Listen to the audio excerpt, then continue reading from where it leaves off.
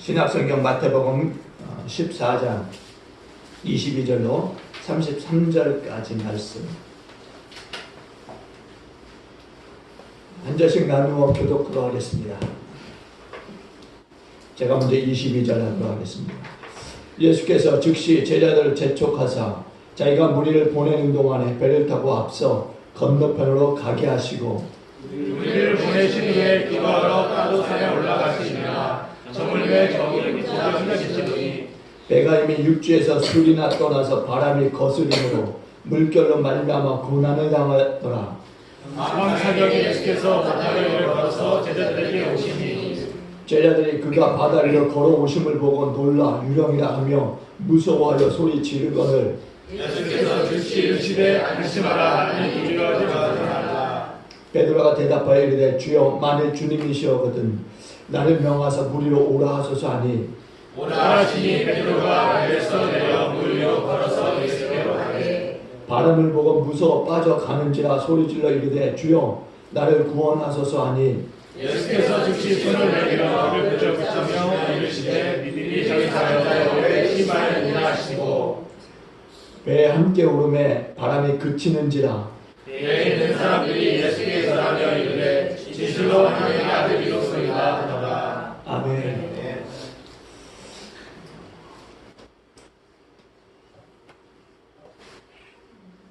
이 예배 가운데서 정말 여러분들이 이 한 시간을 하나님께 드리는 가운데서 정말 하나님이 이 시간 우리 가운데 찾아와 주시고 또 우리를 만나 주심으로 우리 예배를 하나님 기쁘게 받으시는 그런 현장이 되어 주시도록 여러분들이 이 시간에 정말 하나님 앞에 마음을 다 드릴 수 있기를 바랍니다. 강원스마기는 어떻게든지 틈을 타서 우리로 하여금 이 앉아있는 이 시간 하나님의 말씀을 들어야 되는 이 시간에 우리의 생각들을 어지럽혀요. 우리 마음 가운데 딴 생각을 주고 말씀을 듣지만 그것이 우리 마음 가운데 자리 잡지 못하도록 그렇게 우리를 혼란스럽게 하는 거죠. 우리가 그것을 알고 정말 이 시간 하나님 우리의 마음을 전심으로 올려드리고 말씀을 들을 때 만군의 여호와 하나님의 주시는 말씀인 것을 믿고 정말 말씀이 우리 가운데 들어오시도록 그렇게 정말 앞에 여러분의 온 마음을 드리고 함께 또 말씀을 나누기를 원합니다. 오늘 본문의 사건에 앞서서 예수님은요 우리가 너무나 잘 아는 이 오병이어의 기적에 대해서 행하셨던 것을 우리가 봐요. 오병이어의 기적이라고 하는 건 여러분들 다 아시다시피 보리떡 5개와 물고기 2마리로서 5,000명의 사람들을 배부르게 먹인 그런 사건을 이야기합니다. 21절에 보면은 여자와 어린아이들 외에 남자는 5,000명이었다라고 말씀해요. 그러니까 실제로 먹은 인원은 이보다 더한 거예요. 그러니까 여자와 어린아이를 제외했다라고 하는 표현을 보므로 인해서 추측할 수 있는 것은 한 15,000에서 2만 명 정도가 먹었다라고 볼 수 있는 겁니다. 그리고 20절에 보시면은 남은 조각 12바구니가 되었다라고 말씀해요. 어떻게 보리떡 5개와 물고기 2마리로서 15,000명이 넘는 그런 사람들이 배불리 먹을 수 있었을까? 그런데 이 성경의 이 기적에 대해서는요, 사복음서 모두에 기록하고 있다라는 겁니다. 예수님은 이 기적을 통해서 자신이 메시아이심을 드러내셨어요. 예수님은 이 기적을 통해서 자신이 바로 생명의 떡이다라는 것을 자기 자신을 드러내고 계시는 겁니다. 오늘 성경에 보시면은요, 예수님이 가시는 곳에는 항상 기적이 있었습니다.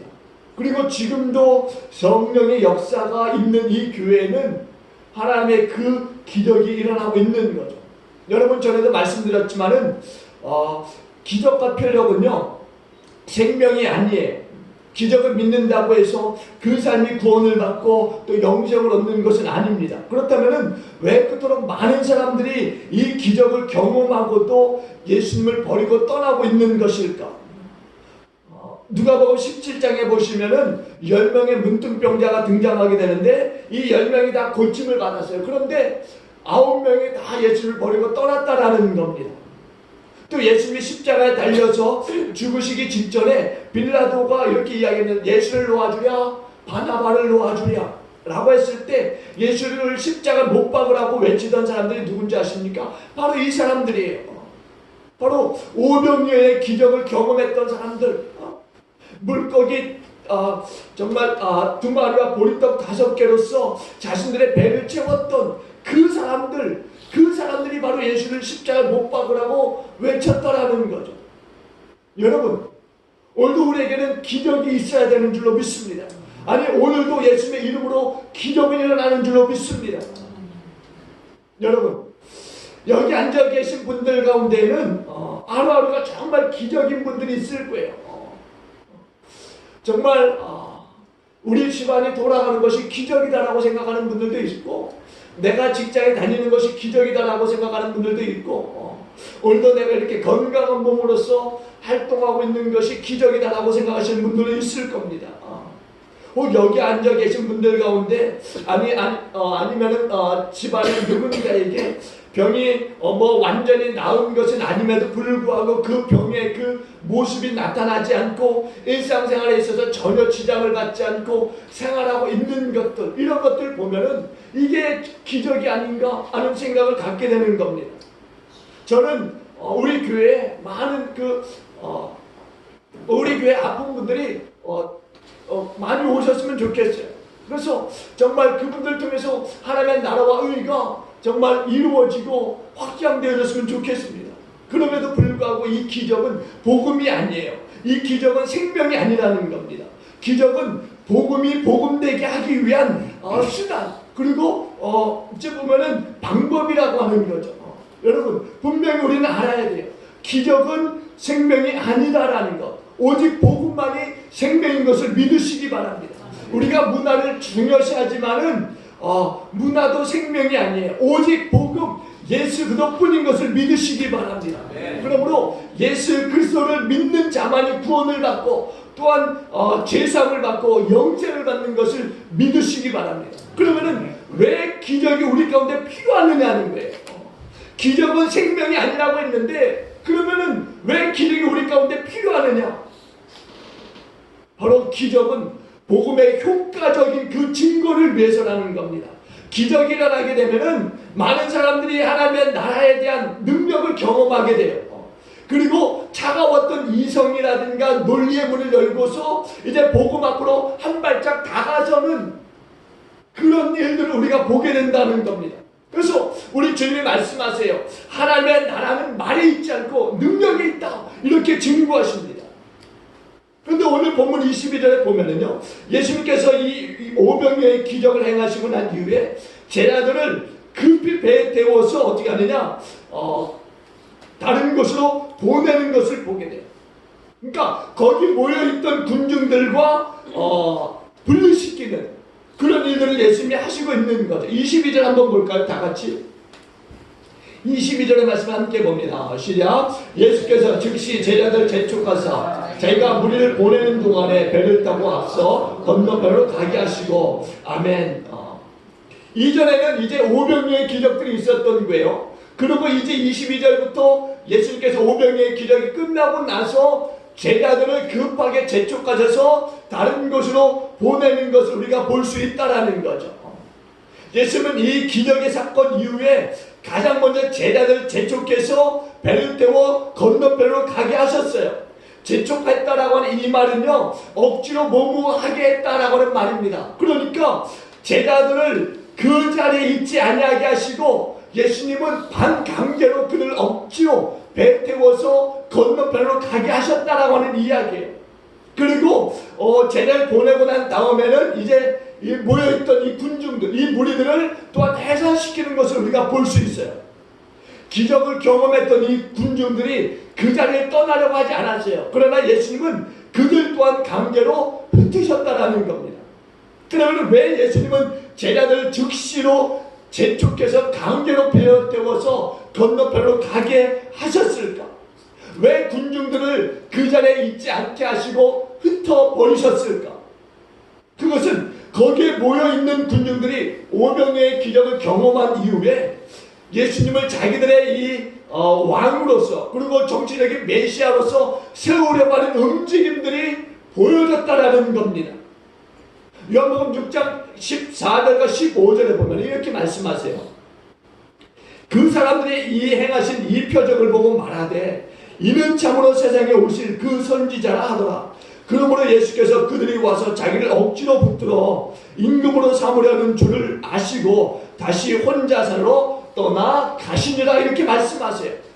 군중들이 이제 예수님을 그들의 정치적인 메시아로 세상의 임금으로 삼으려고 하는 그 모습들이 보여진 겁니다. 나타난 거예요. 그래서 예수님을 가장 먼저 사랑하는 제자들을 군중과 격리해서 가버나움 이 건너편으로 보내셨다라는 겁니다. 만일 주님께서 그렇게 하지 않았다면 어떤 일들이 일어났을까? 그렇지 않아도 평소에 이 제자들의 이 모습은요, 예수님이 좀 뭔가 좀 이런 일들을 행하시니까 세상의 임금으로, 우리들의 임금으로 좀 세움을 받고 좀 그 임금의 자리에 앉으면 좋겠는데 이런 생각들을 가지고 있었던 거예요. 그런 기대를 하고 있었던 겁니다. 그런데 바로 이 오병이의 기적을 보면서 이게 기회다라고 생각하고 있었던 거죠. 그래서 제자들도 그런 생각을 가지고 움직이려고 하는데 이것을 주님이 아신 거예요. 그래서 그들을 재촉해서 배에 태워 가버나움으로 보내신 겁니다. 제자들 가운데는요, 흥분 잘하기로 유명한 베드로라고 하는 사람이 있어요. 베드로가 이 상황을 그냥 팔짱 끼고 지켜만 보고 있을 사람이 아니라는 겁니다. 뭔가 흥분하면 일을 저지르는 사람이기 때문에 급하게 예수님은 이 제자의 성격을 아시고 보내시는 거예요. 보내시는 거예요. 아마 예수님이 제자들의 그 모습을 알고도 건너편을 보내지 아니하시고 그 자리에 있게 하셨다면은 아마 이 제자들은요, 뭔가 일을 저질러도 크게 저질렀을 거라는 거죠. 마치 자기들이 혁명 세력의 주체가 되어진 것처럼 아마 군중들을 이끌려고 했을 것입니다. 유대인의 왕 예수, 위대한 지도자 예수를 외치면서 아마 분위기를 이끌려고 했을 것입니다. 근데 예수님은 이것을 아신 거예요. 그래서 제자를 미리 먼저 재촉해서 가버나움으로 보내시고 난 다음에 군중들을 흩어버리셨다라는 겁니다. 여러분, 예수님은요, 한 나라의 이 정치적인 메시아가 되기 위해서 이 땅에 오신 분이 아니세요. 예수님이 세우시라고 하는 나라는 하나님의 나라입니다. 세상 정치의 나라가 아니에요. 바로 하늘에 속한 신령한 나라, 하나님의 나라를 세우고자 이 땅에 오신 것입니다. 여러분, 오늘 우리 주님은 이 땅에 계실 때 가난하고 배고프고 또 병든 분들과 함께 하셨던 분이세요. 소외받은 세리라든가 장기의 친구가 되셨던 분이 바로 예수님이십니다. 병든 자들을 치료하시고 고아와 과부의 친구가 되셨던 분이 바로 예수님이세요. 그럼에도 우리 주님은 한 번도 그들이 원하는 대로 행동하지 않으셨다라는 겁니다. 그래요. 우리도 그래야 될 줄로 믿습니다. 우리가 이 땅에 사는 동안에 정말 가난한 자, 배고픈 자, 소외된 자, 그들의 친구가 되어지고 또 그들에게 사랑을 베푸는 그런 그리스도인들이 되어야 될 줄로 믿습니다. 예수님은 이렇게 제자를 재촉해서 먼저 보내시고 난 뒤에 군중들을 해산시키시고 조용히 산으로 올라가셔서 기도하시기 시작했어요. 여러분 23절 볼까요? 23절 한번 봅니다. 다 같이 봅니다. 23절 시작. 무리를 보내신 후에 기도하러 따로 산에 올라가시니라. 저물매 거기 혼자 계시더니 아멘. 왜 무리를 보내신 후에 조용히 따로 기도하러 산에 가셨을까요? 왜 그렇게 하셨을까요? 오늘 기적을 베푸시고 난 이후에 수많은 사람들이 예수님을 따르기 시작한 거예요. 정말 예수님이 그 기적을 일으키고 난 후에 이 사람들은 엄청난 한우와 박수로서 주님을 지켜 세웠다라는 겁니다. 그렇지 않겠습니까? 15,000명에서 1만 명이 되는 사람들이 예수님의 이름을 부르고 예수님의 이름을 부르면서 박수를 치고 환호했다고 생각해 보십시오. 그 소리가 얼마나 쩌렁쩌렁했겠습니까? 사람들의 이 군중의 소리라고 하는 것, 이거는 충분히 그 마음을 움직이고도 남을 수 있다라는 겁니다. 왜 사람들이 이렇게 연예인들을 연예인들이 보면은요, 굉장히 사람들의 그 박수라든가 환호를 굉장히 좋아하지 않습니까? 또 운동선수들도 보면 그런 것들을 굉장히 즐겨요. 굉장히 즐깁니다. 근데 사람들이 그렇게 연예인들을 보면서 박수갈채를 보내고 환호하는 이유는 사실 그들이 뭐 많은 수입을 거둬들이기 때문만은 아니에요. 뭐냐면은 그들의 인기죠, 인기. 그러니까 이 연예인이라든가 운동선수들은 인기를 먹고 사는 사람들이잖아요. 그러니까 많은 관중들의 그 환호와 박수갈채가 그들은 너무 좋은 거예요. 근데 만약에 생각해보세요. 반대로 그들이 만약에 노래를 부르는데 아무도 그 사람의 노래를 듣지 않는다면 그 가수가 과연 무대에 서서 노래를 하겠습니까? 또 운동선수가 어제 축구가 이겼는지 졌는지 잘 모르겠어요. 이겼습니까? 네. 세네갈이랑 했나요? 예. 몇 대 몇을 이겼죠? 3대3까지 3대3이요? 하다가 승부차기까지. 승부차기를 이겼어요? 예. 그런데 만약에 이렇게 축구 선수가 열심히 골을 몰아서 골대에 골을 넣었어요. 그런데 아무도 그것에 대해서 반응하지 않아요. 아니 사람조차도 없고 박수하는 사람들도 없다라고 한다면, 환호하는 사람들도 없다고 한다면 그 사람이 신이 날까요? 그것을 계속해서 하고 싶어 할까요? 그렇지 않다라는 거예요. 연예인이나 운동선수들은요, 누군가가 그렇게 환호해주고 박수 칠 때 그들은 좋아하는 거예요. 여러분, 왜 인기가 있느냐? 이 연예인들 보면은요, 청소년들에게 그런 질문을 조사했다고 해요. 앞으로 되고 싶은 사람, 앞으로 하고 싶은 것, 그게 뭐냐고 물어봤더니 운동선수인데 1번이 운동선수 가운데 1번이 바로 야구선수였다는 거예요. 야구선수. 그러니까 야구선수들이 좀 뭔가 박수 소리도 많고 환호도 많고 하니까 아마도 그런 부분, 그리고 또 요즘은 운동선수들이 굉장히 많은 거액의 이 돈들을 받지 않습니까? 그러다 보니까 그런 것들을 좋아하는 것 같아요. 그래서 선호도가 가장 높은 것이 야구선수, 운동선수 가운데도 야구선수가 아닌가 생각되어져요. 이처럼 사람들은요, 모두 환호와 이 박수갈채를 받기를 원한다라는 겁니다. 근데 여러분, 환호를 받고 박수갈채를 받는 그 순간이 오늘 우리 신앙인들의 이 삶에서는 가장 위기의 순간이다라는 거예요. 신앙생활의 위기는요, 힘들고 뭐 어려울 때가 아니에요. 핍박을 받고 고난을 받을 때가 아닙니다.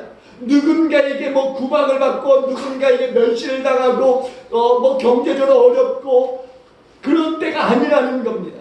신앙생활의 위기라고 하는 것은요, 바로 이와 때 사람들의 이 박수와 환호가 있을 때라는 거죠. 정말 모든 것이 잘 되어지고 있을 때, 뭔가 기도의 응답이 척척 이루어지고 있을 때, 기사와 표적이 이루어지고 있을 때라는 겁니다. 이럴 때 우리는 피조물인 자신의 이 존재를 망각해버리고 교만해질 수 있다라는 겁니다. 하나님의 은혜를 잊어버리는 순간이 되어진다는 겁니다. 그러므로 오늘 우리는 사람들이 나를 인정하고 또 기도의 응답이 되어지고 기사와 표적이 일어날 때 그 자리를 우리는 떠나는 결단이 있어야 한다라는 겁니다. 환대받고 추앙을 받는 그 자리를 우리는 떠나야 된다라는 거예요. 왜? 이때 신앙생활의 위기가 찾아오기 때문에 그렇습니다. 오늘 주님이 그렇게 하신 거예요. 많은 사람들이 예수님의 이름을 부르면서 환호하고 박수칠 때 예수님은 그 자리를 떠나셨어요. 머리를 다 흩으시고 예수님은 조용히 혼자서 산에 올르시고 거기서 기도하셨다라는 겁니다. 예수님은 기도의 무릎을 꿇으셨어요. 여러분, 우리가 정말 조용히 무릎을 꿇고 나의 나된 것이 하나님의 은혜입니다라고 고백하는 그런 신앙의 그 모습이 있어야 될 줄로 믿습니다. 교만은요, 우리에게서도 정말 끊어버려야 될 그런 죄성 깊은 것이라는 거죠. 이 교만을 십자가에 못 박으면서 주님의 거룩한 손이 나의 이 마음을 다시 한번 만져주셔서 다시 한번 겸손함으로 주님 앞에 나아가는 자로서의 삶을 살아가도록 해야 한다는 겁니다. 부르심에 합당한 자로서의 그 삶을 살기로 다짐할 수 있는 그런 기회를 다시 한번 우리가 기도의 무릎을 꿇으면서 만들어 가야 될 줄로 믿습니다. 오직 예수님의 그 명령에 순종하며 살아가기 위해서 다시 한번 기도의 무릎을 꿇으며 나아가는 우리가 되어야 될 줄로 믿습니다. 그렇지 않으면 우리는 넘어질 수밖에 없는 거예요. 생각해 보세요. 우리 작은 인원 속에서도 뭔가 잘한다라고 계속 지켜 세워 보십시오. 그 사람의 마음이 어떠하겠습니까? 처음에는 그냥 겸손히 칭찬을 듣겠지만 그러나 계속적으로 그 사람을 띄운다면 교만에 이르게 된다는 겁니다. 그러면 결국 스스로 시험에 들게 되는 거예요. 우리 주변에도 그런 신앙인들, 그런 목회가 얼마나 많이 있습니까? 이재록이라고 하는 이 목사가 있습니다. 그 사람은 이제 갈 때까지 다 간 것 같아요. 뭐 별의별 짓을 다 하더라고요. 사람들 보니까 흰옷을 다 입혀가지고 의자에 앉히는데 보니까 자기는 가운데 자리에 앉고 양쪽에는 하나 자리를 비워놨는데 이 옆자리는 하나님 자리, 이 옆자리는 예수님 자리, 그러면서 온갖 이상한 짓을 하더라고요. 만민교회가 어떤 교회입니까? 하나님의 은혜에 의해서 잘 성장했던 교회였어요. 근데 그 목사가 타락하니까 그 애들이 다 거기에 몰입되어서 다 타락하고, 그런 모습들 우리가 보는 거예요. 하나님의 교회 안산홍도 그렇죠. 다 이렇게 교만해지고 시험에 들어서 잘못된 길로 빠진 목회자들입니다. 우리는 힘들고 어려울 때만이 아니라 정말 어떤 중요한 일을 결정할 때만이 아니라 사람들의 환호와 박수가채가 있을 때야말로 우리는 신앙의 위기가 찾아왔다는 것을 알고서 정말 겸손히 기도의 무릎을 꿇는 그런 우리가 되어야 될 줄로 믿습니다. 오늘 예수님의 말씀을 따라서 배를 타고 떠났던 제자들이 이제 24절에 보니까 갈릴리 바다의 이 한복판에서 풍랑을 만나게 되는 그런 일이 벌어지게 됩니다. 24절 한번 볼까요? 24절 한번 다 같이 봅니다. 시작. 배가 이미 육지에서 술이 떠나서 바람이 거스림으로 물결로 말미암아 고난을 당하더라. 아멘. 예수님의 제자들은요, 이제 그 기적의 현장은 떠나고 싶지 않았지만은 예수님이 떠나라고 하시니까 강제로 막 밀어붙이니까 떠날 수밖에 없었어요. 근데 이렇게 배를 타고 이제 육지에서 술이나 떨어져 갔는데 이미 배가 돌아올 수 없는 그 거리까지 간 거예요. 술이나 떨어졌다고 하는 것은 이미 배가 육지로부터 많이 떨어졌다고 하는 것을 말씀해주고 있는 겁니다. 그러니까 이 갈릴리 바다에 한복판에 있다라고 볼 수 있는 겁니다. 근데 거기에서 공교롭게 엄청난 풍랑을 만나게 된 거예요. 근데 그때가 언제냐? 보니까 25절에 이렇게 말씀합니다. 25절 다 같이 볼게요. 25절 봅니다. 시작. 밤사경에 예수께서 바다 위로 걸어서 제자들에게 오시니, 아멘. 밤사경이라고 해요. 밤사경. 밤사경은요, 새벽 4시경에서 6시경을 이야기합니다. 그러니까 가장 힘든 시간이다라고 생각할 수 있는 거예요. 밤 4시에, 새벽 4시에서 새벽 6시. 가장 피곤한 때 아닙니까? 가장 깊이 잠을 잘 수 있는 시간들. 그런 때에 이 풍랑을 만나게 된 거죠. 제자들은요, 이미 일찍 출발을 했어요. 그런데 밤 사경이 되도록 그 갈릴리 바다 한복판에서 지금 이 거센 풍랑과 지금 싸우고 있는 거예요. 근데 그 시간이 밤 사경에까지 이른 겁니다. 일찍 출발했는데 이 밤 사경에 이르기까지 풍랑과 지금 계속 싸우고 있는 거, 사투를 벌이고 있는 겁니다. 제가 필리핀에 있을 때요, 배를 탈 기회들이 많았어요. 배라고 하면은 뭐 여러분들이 상상하는 그런 배는 아니고요, 대나무 보트배. 많이 타봐야 이제 한 30명에서 40명 정도. 대나무로 만든 배. 그래서 양쪽에 이제 균형을 잡을 수 있도록 대나무를 길게 연결하고 그리고 이제 가운데는 이제 사람들이 앉을 수 있도록 그렇게 자리를 만들어서 이제 섬 사이를 이제 운행하는 그런 배인데요. 제가 이런 배를 좀 탈 계들이 좀 있었어요. 그리고 이거보다 더 작은 것은 한 10명 정도, 더 작은 것은 한 2명 정도 타게 됩니다. 그런데 이 배를 타면은요, 뭐 일반 배와 같이 이렇게 막 웅장하게 막 방이 있고 이런 게 아니기 때문에 뻥 뚫렸어요. 그러니까 굉장히 또 스피드도 있기 때문에 굉장히 좋습니다. 바람을 맞으면서 이 배를 타게 되면 굉장히 기분이 좋아요. 그런데 이 배를 타고 가다가 바람을 만나게 되거나 풍랑을 만나게 되면요 죽을 맛이라는 겁니다. 처음에는 이 배를 타고 가면요 속도가 있으니까 이 풍랑을 만나게 되면 너무나 가볍고 그렇다 보니까 이 배가 파도에 의해서 한 1m에서 2m에서 이렇게 떴다가 툭 가라앉습니다. 그러면은 뭐 조금 이렇게 되면은요 뭐 놀러 간 사람들이야 뭐 굉장히 좋겠죠. 와 하다가 뚝 떨어지니까 놀라고 그러다가 또 다시 그런 일들이 반복하면서 굉장히 뭐 관광 왔으니까 좋을 기분을 낼 수 있는데 그런데 이것이 아니라 계속적으로 이것이 바다와 풍랑이 멈출 생각을 하지 않고 계속적으로 이어진다고 하면은요 그때부터는 아주 죽을 맛이라는 거예요. 계속적으로 여러분 생각해 보세요. 1m 올라갔다가 뚝 떨어지고 때로는 2m 올라갔다가 뚝 떨어지고 그러면은요 굉장히 이 생명의 위협을 느낄 정도의 그런 마음을 갖게 된다라는 겁니다.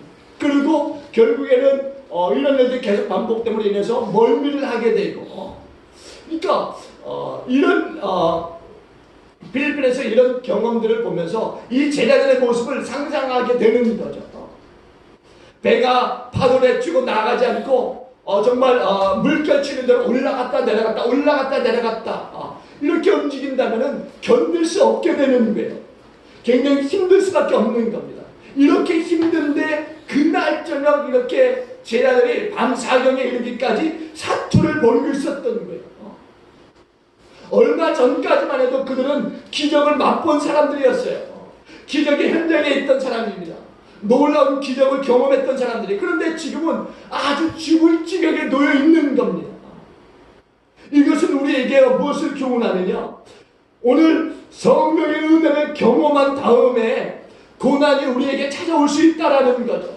기적을 체험한 다음에 고난이 올 수 있다라는 거예요. 주님의 말씀에 순종하여 살아가는 그 길에 반드시 고난이 있다라는 거죠.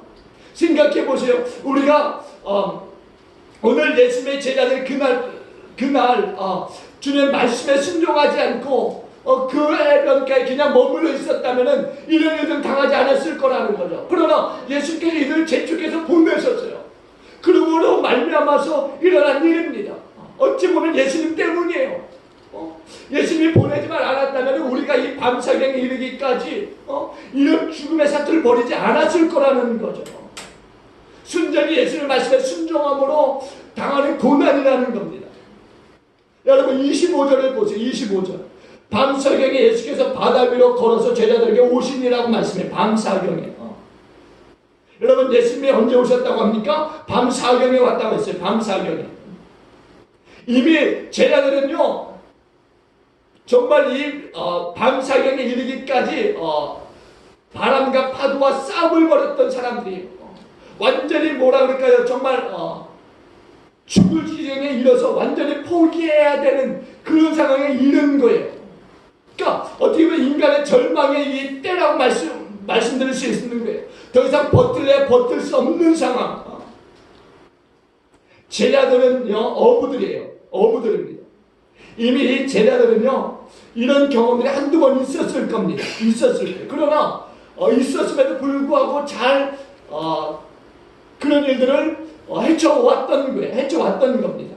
근데 지금은요 그런 일들이 전혀 통하지 않고 밤사경에 이르기까지 정말 계속적으로 이 상황이 연출되어지고 있는 거예요. 이 힘들고 어려운 상황, 죽을 지경에 이르는 이 상황이 계속되어지고 있는 겁니다.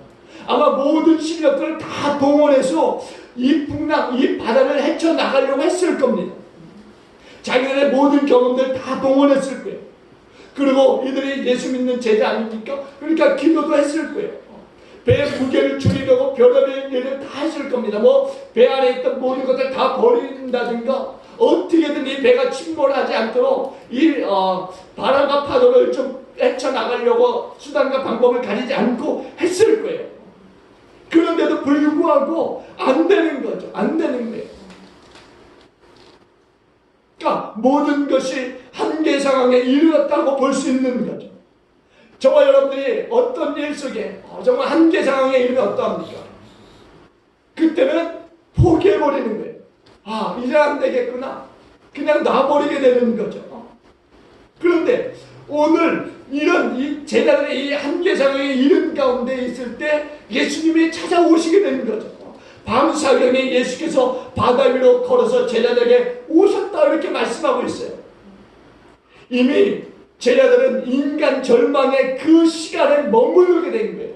그런데 이 절망의 그 시간에 예수님이 찾아오시는 겁니다.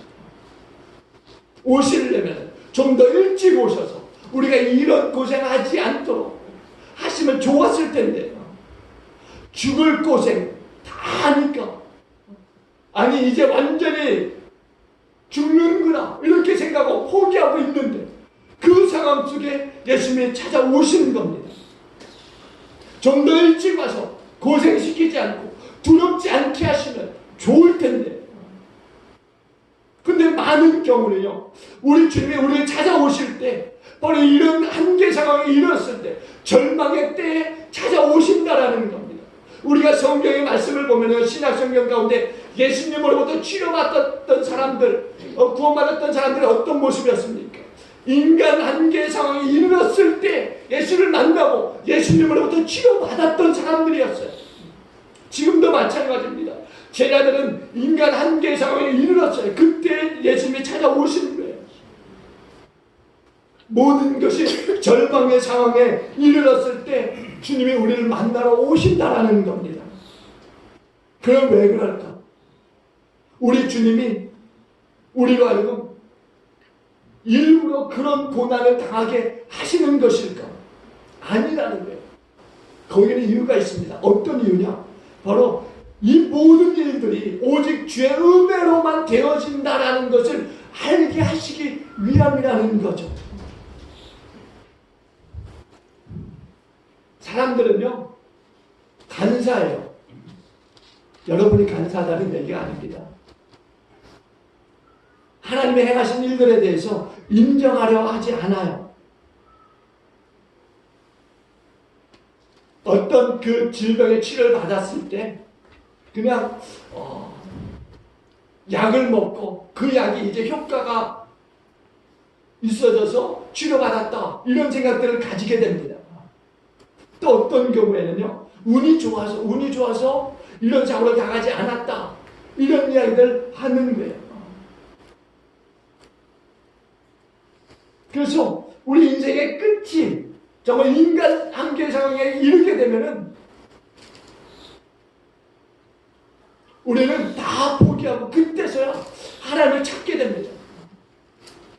일을 시작하시는 거죠. 우리가 정말 기가 막힌 웅덩이 빠져버렸을 때 그 웅덩이에서 나오지 못하고 정말 헤매고 완전히 이제는 더 이상 오르다가 이제 지쳐서 그 웅덩이 그 바닥에 주저앉아 있을 때 주님이 와서 손을 내미시는 거죠. 내 손을 잡으라고 말씀하시는 거죠.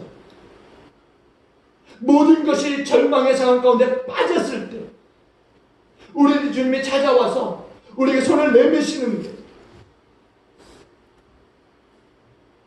여러분, 혹시나 여러분의 그 삶 속에서 그런 상황 속에 놓여 있는 분이 있다고 한다면 여러분 끝까지 포기하지 마시고 주님이 반드시 여러분의 그 상황을 알고 계시기 때문에 주님은 여러분들이 그 상황 속에 주저앉을 그 상황 속에서 반드시 주님이 여러분의 손을 붙잡고자 손을 먼저 내미시는 주님인 것을 믿으시기를 바랍니다.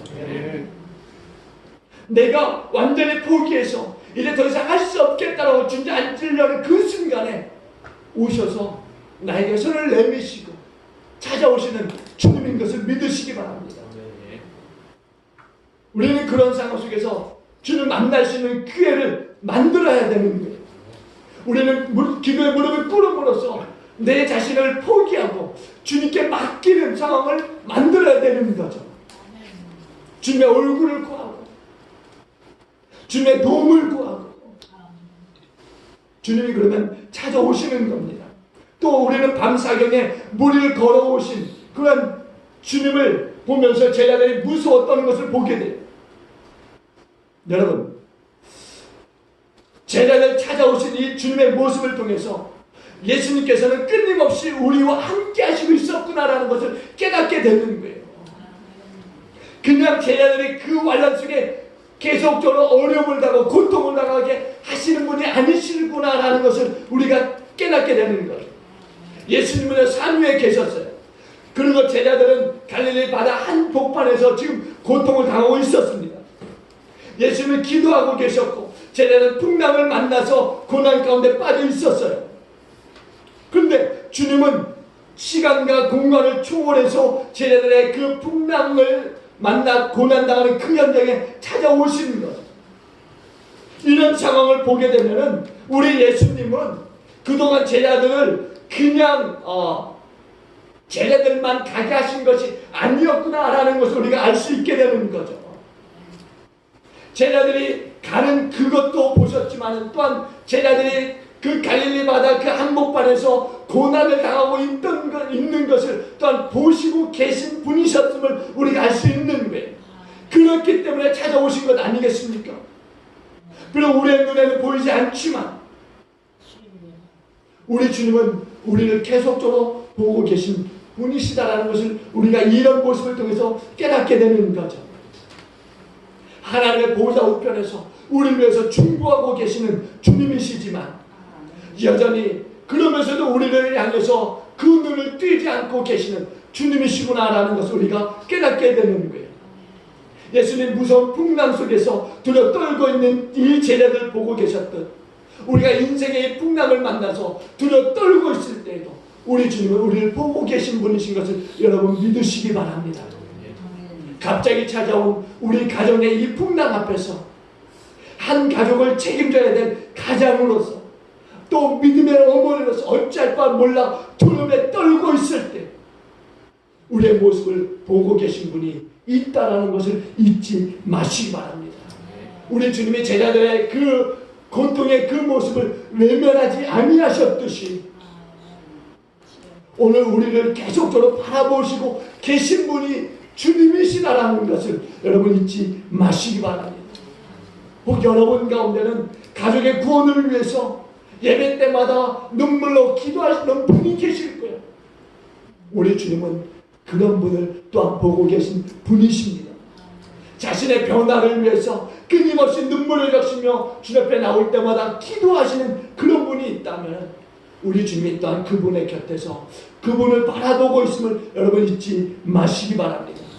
인간관계의 그 아픔을 겪으면서도 그래 내가 하나님의 사람이니까 참고 기다리고 용서하고 또한 손해봐야지 라고 하면서 인내하는 분들이 있다면 역시 그분들 가운데 우리 주님이 보고 계심을 잊지 마시기 바랍니다. 오늘 제자들은요 물 위를 걸어오시는 주님을 보면서 너무나 놀라서 유령이다라고 이야기했어요.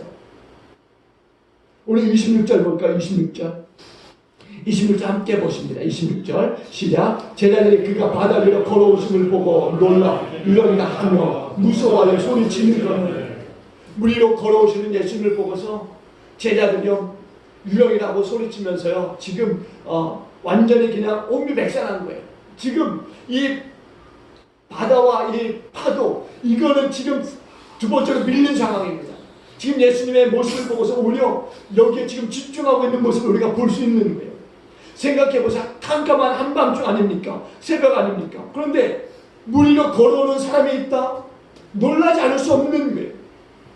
예수님이 물 위로 걸어오셨다라고 이 말은요 지금 잔잔한 파도 위를 걸어오시는 건 아니에요. 보니까 풍랑이 파도 위를 지금 걸어오고 있는 겁니다. 거센 바람을 맞으면서 예수님이 지금 그 위를 걸어오고 계시는 상황이에요. 우리가 이런 모습을 보면서 예수님이 어떤 분인가를 깨닫게 되는 겁니다. 예수는 바로 이런 파도와 바람을 정복하신 분이시다라는 것을 우리가 이런 모습을 보면서 깨닫게 되는 거죠. 예수님은 이 세상에 어떤 바람과 성난 파도도 잔잔케 하시고 그것들을 뚫고 오시는 분이시다라는 것을 우리가 볼 수 있는 거예요. 그러니까 우리의 삶 속에서 일어나고 있는 이 인생의 이 풍랑들을 잔잔케 하시고 그 뚫고 나가게 하시는 분은 오직 예수님이신 것을 우리가 깨달을 수밖에 없는 거죠. 그 분은 바람과 파도를 꾸짖어 잔잔케 하셨던 분이세요. 오늘 저와 여러분들이 다시 한번 우리 인생의 풍랑을 만날 때 그 거친 풍랑을 밟고서 무리를 걸으신 그 예수님을 기억하면서 그 예수님께 여러분의 인생에 대해서 다시 한번 맡기실 수 있는 그런 삶이 되어줄 수 있기를 바랍니다. 오늘 주님이 이렇게 말씀하세요. 27절 마지막으로 봅니다. 27절 함께 마지막으로 봅니다. 시작. 예수께서 즉시 이르시되 안심하라 나니 두려워하지 말라. 안심하라 나니 두려워하지 말라. 주님은 무서워 떠는 제자들에게요 안심하라 이렇게 말씀하세요. 나니 두려워하지 말라. 안심하라 나니 두려워하지 말라. 지금 제자들은요 풍랑으로 인해서 두려움에 떨고 있는 상황이었어요. 무리를 걸어오시는 주님을 보고서 유령이다라고 두려워 소리 지르는 그런 상황이었습니다. 근데 주님이 말씀하세요. 안심하라 나니 두려워하지 말라.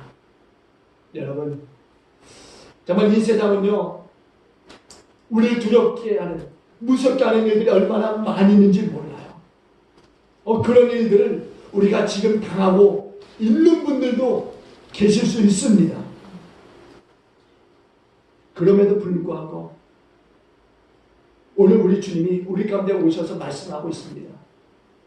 안심하라 나니 두려워하지 말라. 우리 주님이 우리와 함께 계시다라는 이야기예요. 여러분 정말 여러분이 지금 당하고 있는 그 무섭고 두려운 그 상황들 우리 주님이 다 보고 계십니다. 그리고 우리 주님이 반드시 그것으로부터 이기게 하실 줄로 믿습니다. 왜? 함께 하시는 분이시기 때문에. 그리고 우리를 찾아와서 분명히 말씀하실 거예요. 안심하라 나니 두려워하지 말라.